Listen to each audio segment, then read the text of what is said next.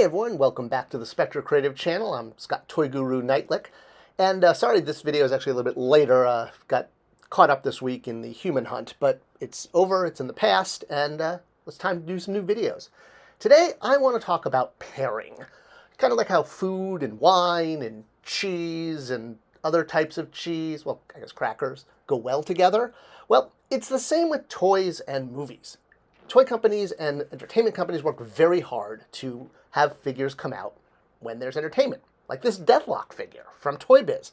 You might be saying, what are you talking about? What pairing is this? Well, at the time this figure came out, 20 years ago, there was a Deathlock movie that was in development. It never happened, but that's why the figure came out. It was meant to be a pairing with this film. And that's kind of the thing when you pair toys with films is you're kind of strapping yourself to a rocket because movie release dates move a lot. I mean, look what happened with COVID. You had Black Widow toys on the shelf when the movie wasn't going to come out for almost another year. And they practically just put it right on Disney+. So it's frustrating as a toy maker because you have to work so far in advance. And things happen all the time. Deadpool 3 is coming out in a few weeks. Well, or it came out a long time ago if you're watching this video in the future. But it also moved around release dates, just like a lot of the Marvel and Star Wars and those kind of movies do. And the reason I mention this is because you may remember from 2023 at San Diego Comic-Con, Hasbro offered Bob the Hydra Goon and Deadpool as an exclusive figure set. And you might have been like, well, yeah, that's cool. I mean, you know, they're kind of easy repaints. There's a lot of accessories, but I don't know. I mean, why Deadpool? Why now? The reason being is, well, originally, 2023 was the summer that Deadpool 3 was going to come out, so it made sense to have a Deadpool item at Comic-Con to add to the hype, but they didn't have rights yet to release movie figures, so it's a comic book version to promote the movie. Another interesting pairing like this is the new Blackheart series that just got revealed.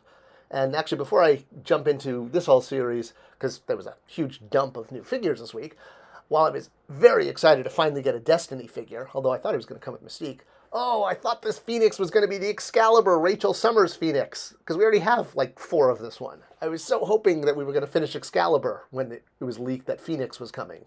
And I was so hoping that this Professor X was going to be him in his kind of tan jumpsuit that he wears in Season 2 of the animated series.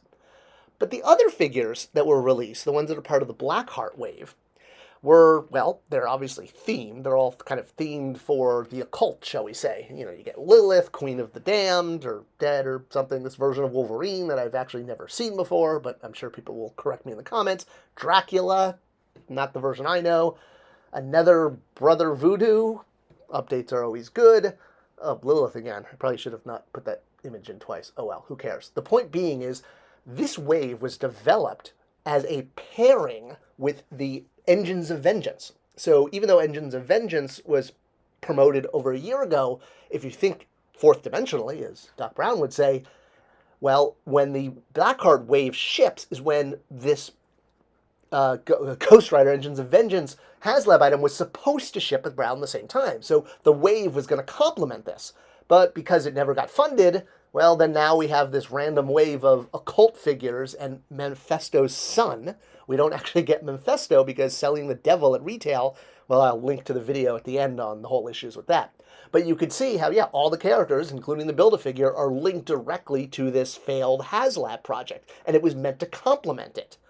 But, again, because it didn't happen, well, now we have this wave of occult figures kind of without the big item they were meant to tie into. Something wrong with these figures. I mean, Moon Knight's Moon Knight, Dracula's Dracula, you got a Wolverine and a Storm in there, but yeah, you can tell that this was planned originally as a pairing, much like that Deadpool. Another, well, actually not another, but if you look at, with HasLab, the sail barge, when it shipped years ago, fans really wanted this. They wanted to fill it with every single character.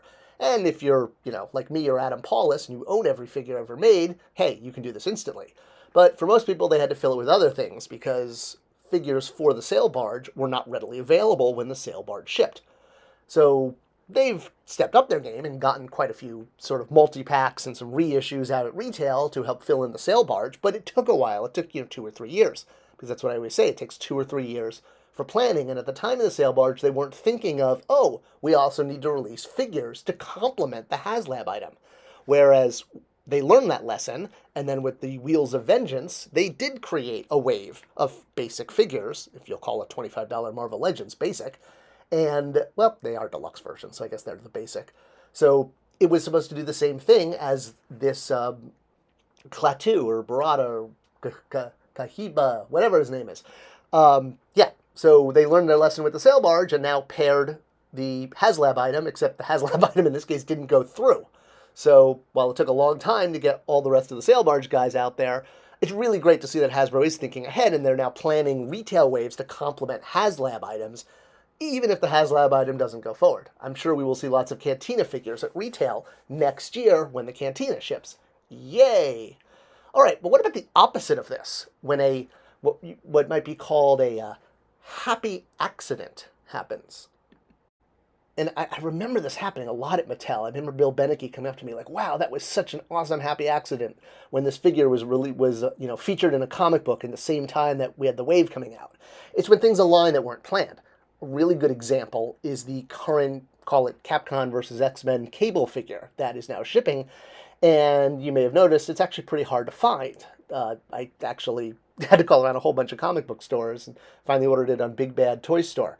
So there's obviously a lot of reasons why this figure is popular. One, it's really well done. There's actually deco on the accessories and on the face, and Cable is a major character, and we haven't had a Cable in a long time. The last one was the X-Force Cable, which was at Deadpool 2 that I think it shipped around then, and then that original one from the the Juggernaut wave. That's the kind of modern Terminator face-looking one on the left. But yeah, one, Cable is high in demand, and you could argue, well, that's the Marvel versus Capcom one. Well, yes, this is how he was kind of most known from this video game, but Cable did wear this blue and gold outfit in the comics, and sometimes he had a sleeve, sometimes he didn't, sometimes he had an X on his shoulder, sometimes he didn't. So, yeah, it's still kind of accurate to the comic books, sort of, but I guess, the Capcom versus Marvel game is the quintessential version of this version of Cable. But yeah, he had toys back in the day, and both in, the original Toy Biz and Marvel Legends Toy Biz. Well, in the new X-Men 97 series, everybody got new suits for the last 2 episodes, including Nathan Summers there. So his new suit was the Capcom suit, and this was literally a happy accident. The fact that he wore this suit in the finale of the show, and a figure came out a month later. Wow, that is such a happy accident. How do I know Hasbro didn't know this? Well, they didn't even know who the baby was that came with Madeline Pryor, Goblin Queen. They mentioned that in their reveal video. So yeah, and that absolutely tracks from my experience. That yeah, you don't know what's going to happen in a show. It's kept under wraps, even from a licensor. You'd think that it would be revealed that all the figures are going to be in new outfits, but if it was, we probably would have seen toys of that. So yeah. Hasbro is, not given that information. So when Cable showed up wearing this outfit and then a toy comes out the next month, that is an awesome happy accident and the opposite of a pairing that doesn't work. Things like this happen all the time in the toy industry. Can you guys think of an example when a figure shipped when, what it was supposed to ship with didn't come out, like, the HasLab car, or other happy accidents when a figure is featured in something and it comes out at the same time when it wasn't even planned? Crazy, but it happens. All right, thanks for watching. Thanks for sharing. It's the best way to support this channel. I'll see you guys in the next Toy Spector Creative video.